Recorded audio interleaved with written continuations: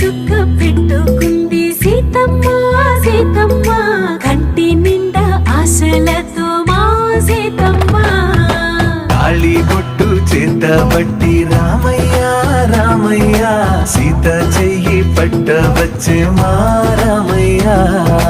పెద్దలు వేసిన అక్షతలు, దేవుడు పంపిన దీవెనలు, ఇవిలో కుదిరిన దంపతులు ఈ చోట కలిసారు ఈ పాటికి.